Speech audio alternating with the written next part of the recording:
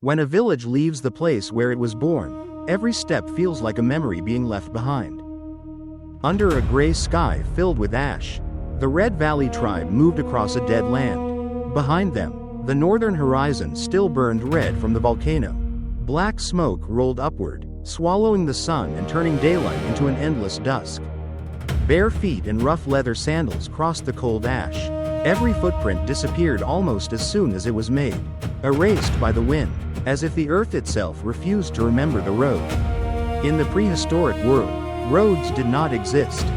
They appeared only after someone was brave enough to walk first. KAEL STONEFANG led the tribe from the front. His stone spear rested across his shoulder. Ash clung to his long black hair, his skin, and the bone charms across his chest. His face remained hard and unreadable, but his eyes no longer looked only for himself. KAEL had once lived alone, so he would never have to lose anyone again. But now, behind him, there was an entire tribe. The elders were helped along the path. Children walked in the protected center of the group. Mothers carried the last bundles of food. Fathers held spears and watched the forest behind them. Ahead of them waited the White River, an ancient place remembered in old stories as living water beneath a burning sky. But in this world, life never came without a test. At KAEL's chest, the small wooden triceratops figure swung with each step. It had been a gift from the boy in the tribe. A tiny thing, lighter than any weapon, but to KAEL, it carried more weight than stone. Because it was a promise. Asha walked close behind him. She looked back through the falling ash, her sharp eyes filled with tension. From the direction of the stone forest, a deep roar rolled across the land, so distant it almost blended with the wind. But Asha heard it. KAEL heard it too. Some predators do not need to see their prey. They only need to remember the scent of fear. Far behind them, on a gray ridge, the mountain bear appeared as a shadow inside the ash. It did not run. It did not need to. Each step was slow, heavy, and certain, like thunder buried beneath the ground. Disaster does not have to chase. It only has to arrive. KAEL stopped and turned. He could not clearly see the monster, but he could feel the ground tremble beneath his feet. He whispered, "It is still following." Ahead, a white mist began to rise between the cliffs. The sound of water came first as a whisper, then grew stronger with every step. Under the cold light of morning, a wide river curved through a valley of giant ferns, pale stone, and ancient moss-covered trees. The White River, a place where water still lived beneath a burning sky. But before they could reach life, they had to cross whatever waited beneath the surface. Water is the first promise of life. But in the prehistoric world, every promise has teeth. The tribe stood on a rocky slope, looking down at the river. After days of walking through ash, many dropped to their knees from exhaustion. Their lips were cracked. Their eyes stared at the water as if they had found a dream. But no one ran down to drink. Because dreams that look too beautiful often hide the worst things. KAEL raised his hand and stopped them. He watched the milky surface of the river. Steam drifted above it like fog. The water was too calm. No fish broke the surface. No birds came down to drink. No small animals moved near the shore. KAEL said quietly, "No one goes down first." A leaf fell from a branch, turning slowly in the air before touching the water. It floated for a few seconds across the white surface. Then it vanished. No splash. No violence. Only a small sound. Then silence. Still water is not always empty. Sometimes it is still because whatever lives beneath it does not want to be found. KAEL picked up a heavy branch and threw it into the river. The wood floated past a few pale stones. Then a large shadow moved under it. The surface twisted. The branch was pulled down and disappeared as if it had never existed. The tribe stepped back in fear. The White River gave nothing for free. From the cloudy water, a giant crocodile rose halfway out of the river. Its rough hide was coated in pale mud. Its cold eyes sat above the surface like stones. It turned slowly, then sank back beneath the water. A wide circle rippled out from where it had disappeared. Here, death did not roar from the forest. It breathed beneath the white water. Asha moved along the riverbank. Studying the mud, she found deep slide marks leading from the water into the brush. Small bones were caught in the roots of a tree, polished smooth by the current. No path was safe, but there was always a path that was less deadly. KAEL and Asha followed the higher bank, searching for a shallow crossing. The tribe waited on the slope above them. Warriors stood guard behind the group, because everyone knew the mountain bearer was getting closer. They did not need to defeat the river. They only needed to ask it for a way through. At last, from above, KAEL saw a chain of white stones rising through the river. They were unevenly spaced, like natural steps across the current. If the tribe moved in small groups and stepped carefully, they might make it across. Nature always leaves a gap. The question is whether humans live long enough to see it. KAEL tied a long leather rope around a massive tree near the bank. He pulled hard to test it. The trunk creaked, but it held. A rope cannot defeat a river, but it can keep one life from being taken by it. The tribe began to prepare. Children were tied safely to the line. Supplies were wrapped tightly in animal hide. Elders were placed in the middle of each group. Asha guided them one by one while warriors stood at the bank with spears. Eyes fixed on the water. Human survival did not begin with strength. It began with learning how to hold on to one another. The boy clutched his wooden triceratops and stared at the river in fear. To the adults, the river was a challenge. To a child, it was the whole sky moving beneath his feet. KAEL crouched beside him and placed a hand on his shoulder. He looked into the boy's eyes and said, "Watch me, step when I step, stop when I stop." Then KAEL entered the river first. The cold water covered his feet, then rose to his knees. The current struck his legs like something trying to pull him from the earth. The leather rope tightened behind him. KAEL drove his spear into the riverbed, searching for solid stone. And so, an entire tribe placed its trust on the shoulders of a man who had once trusted no one. The first group stepped into the water. It rose to their waists. KAEL stood ahead, holding the line. Asha stayed in the middle, helping the old and the young. A river does not need anger to kill. It only needs indifference. Beneath the white surface, feet searched for slippery stones. Sand was pulled away from under them, making every step unstable. Each movement became a negotiation with something that could not be reasoned with. A long shadow passed beneath the water in the distance. KAEL saw it, but he did not panic. He struck his spear against a stone under the water, sending vibrations in another direction. The water shifted. The creature below changed course. KAEL did not speak to the river with words. He spoke with vibration. On the bank, the chief signaled for the next group to prepare. Ash was falling harder now. The wind carried the smell of burning from the north. Time was not on their side. Behind them, ash was swallowing the sun. Asha suddenly heard stones rolling from the opposite ridge. She turned. A group of small animals rushed along the riverbank, wild-eyed and covered in mud.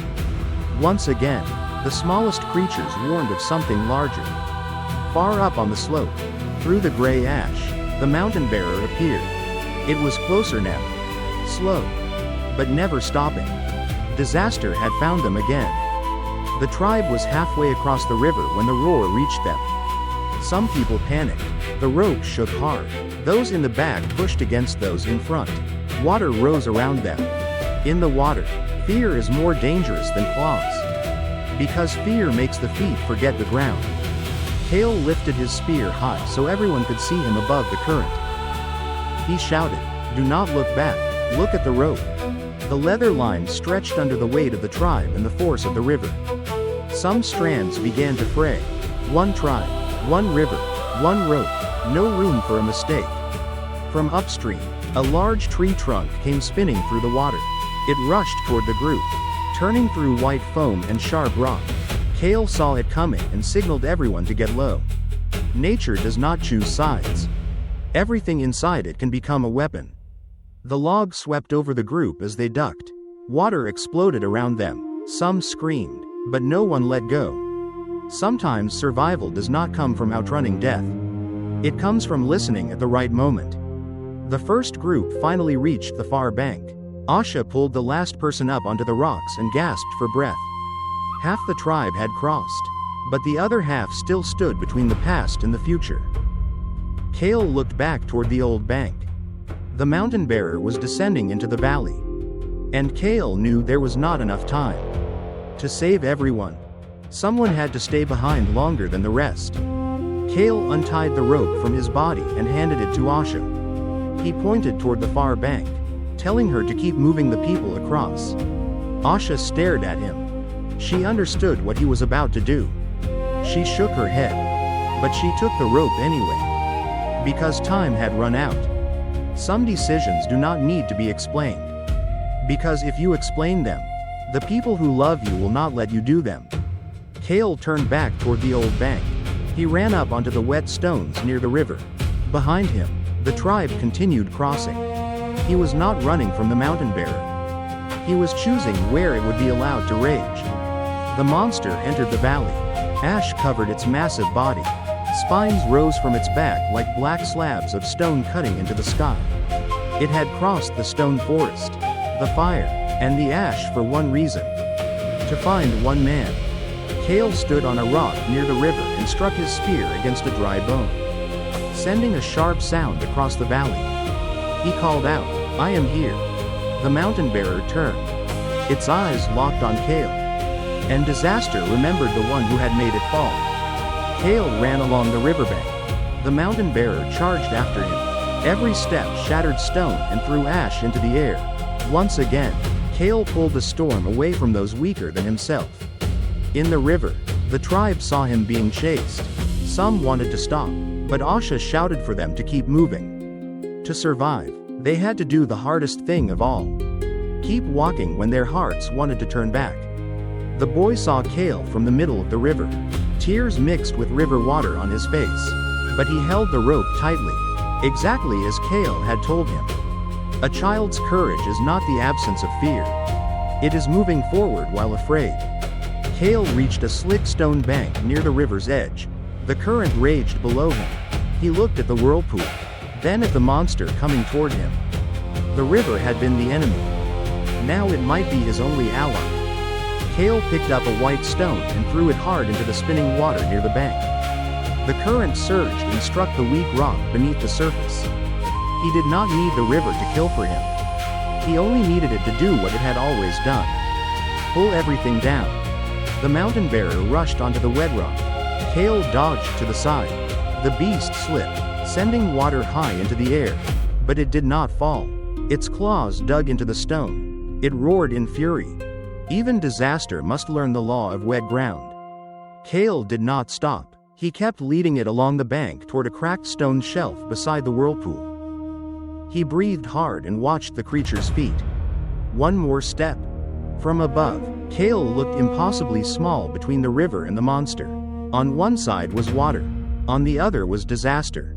Between them stood a man with nowhere left to run. The stone beneath the mountain bearer cracked. Part of its body slid toward the water. The river pulled at it, white foam crashing around its massive spines. But the beast caught itself with terrifying strength. The river dragged it down. But not deep enough. KAEL stepped back. Behind him, the white water twisted and roared. And when a trap fails, the trapper becomes the bait. On the far bank, the last of the tribe reached land. Asha looked back and saw KAEL trapped against the river. The tribe had crossed, but their heart was still on the other side. Asha did not hesitate. She tied a rope to a large tree and drew her bow. A leather cord was fastened to the arrow. She aimed for the tree behind KAEL. For one breath, KAEL's life rested on the point of an arrow. Asha released it. The arrow cut through the river mist, dragging the rope behind it like a thin line of light between the two banks. Between the riverbanks, trust flew faster than fear. The arrow struck the tree near KAEL. He lunged for the rope just as the mountain bearer's tail smashed stone behind him. Rocks burst through the air. Chances never stand still. They flash once, then disappear. KAEL wrapped the rope around his arm. Then he threw himself into the river. The white river swallowed him instantly. The current dragged him under, then hurled him back up through the foam. but the rope held him close enough to the far bank. He did not cross the river. He let the river take him, and trusted others to bring him back. Underwater, every scream becomes silence. A giant crocodile shadow moved through the pale current. KAEL kicked against a submerged rock and forced his body away from the dark shape. On the far bank, Asha, the chief, and many others pulled together. Their feet sank deep into mud, their faces twisted with effort. No single person was strong enough to pull KAEL from the river. But the tribe was. KAEL was dragged through the white water, sinking and rising, vanishing and returning. Behind him, the mountain bearer roared from the old bank, unwilling to enter the deeper current. Some kings rule the land, but the river bows to no king. KAEL's hand slipped on the rope, slick with water and mud. He clenched harder, his nails digging into the leather. 1 second of letting go could erase every promise he had made. Then the boy ran forward and placed his small hands on the rope beside the adults. The wooden triceratops bounced against his chest as he pulled. Even the smallest hands, when they hold the right rope, can help save a life. At last, KAEL was pulled from the river. He slid into the mud, coughing water, his body shaking from cold and exhaustion. Asha rushed to him and held his shoulders.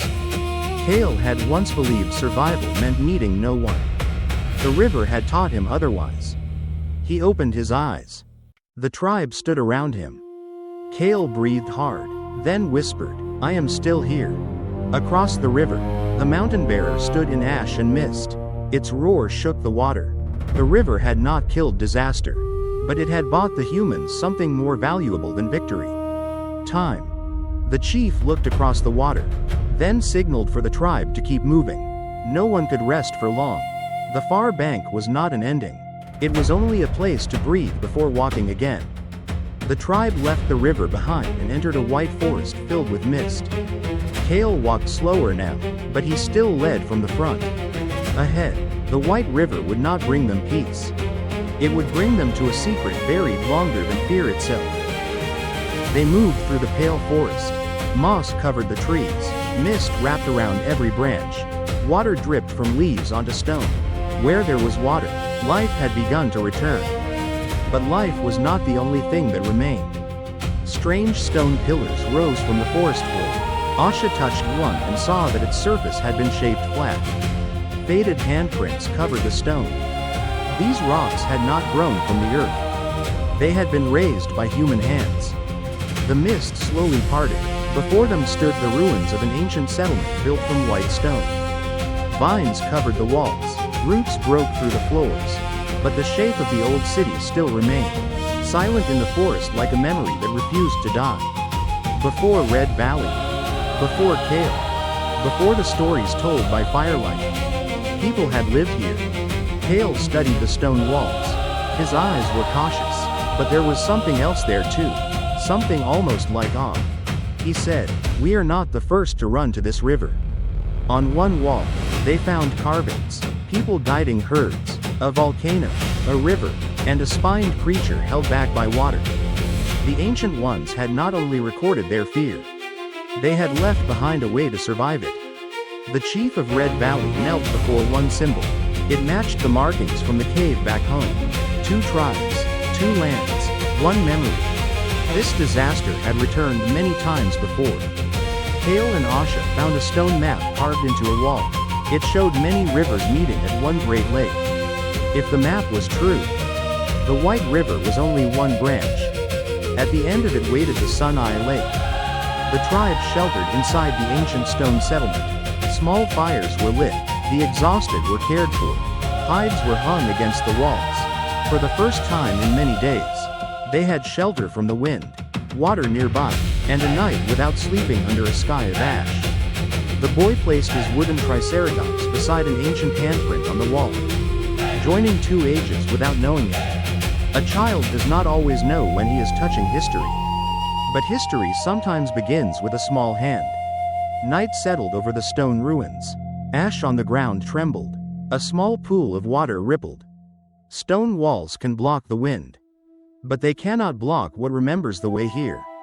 Across the White River, the mountain bearer walked along the bank. searching for a shallow place to cross. Its shadow stretched through moonlight and ash. The river had stopped it for now. But every river has a shallow place. KAEL stood on the ancient wall, staring through the mist toward the far bank. He knew their time was running out. He said, "It will find a way across." Asha pointed to the stone map, to a marking of a great waterfall before Sunai Lake. If they could reach it, the cliffs and falls might become a natural fortress. To keep the tribe alive, KAEL could not simply lead them to water. He had to lead them to a place where water knew how to fight. Morning came through white mist. The tribe left the ancient ruins and followed the white river upstream. The sound of rushing water grew stronger with every step. Dawn does not erase fear. It only shows the next road. KAEL and Asha walked side by side. Ahead, the distant sound of a waterfall rolled through the trees. Neither of them spoke, but both looked in the same direction. Some allies do not need an oath. They only need to keep walking when the road grows narrow. The white river entered a tight stone canyon. High above, pterodons circled as if warning them of a new land. The beat of their wings mixed with the echoing rush of water. The river was leading them into the throat of stone.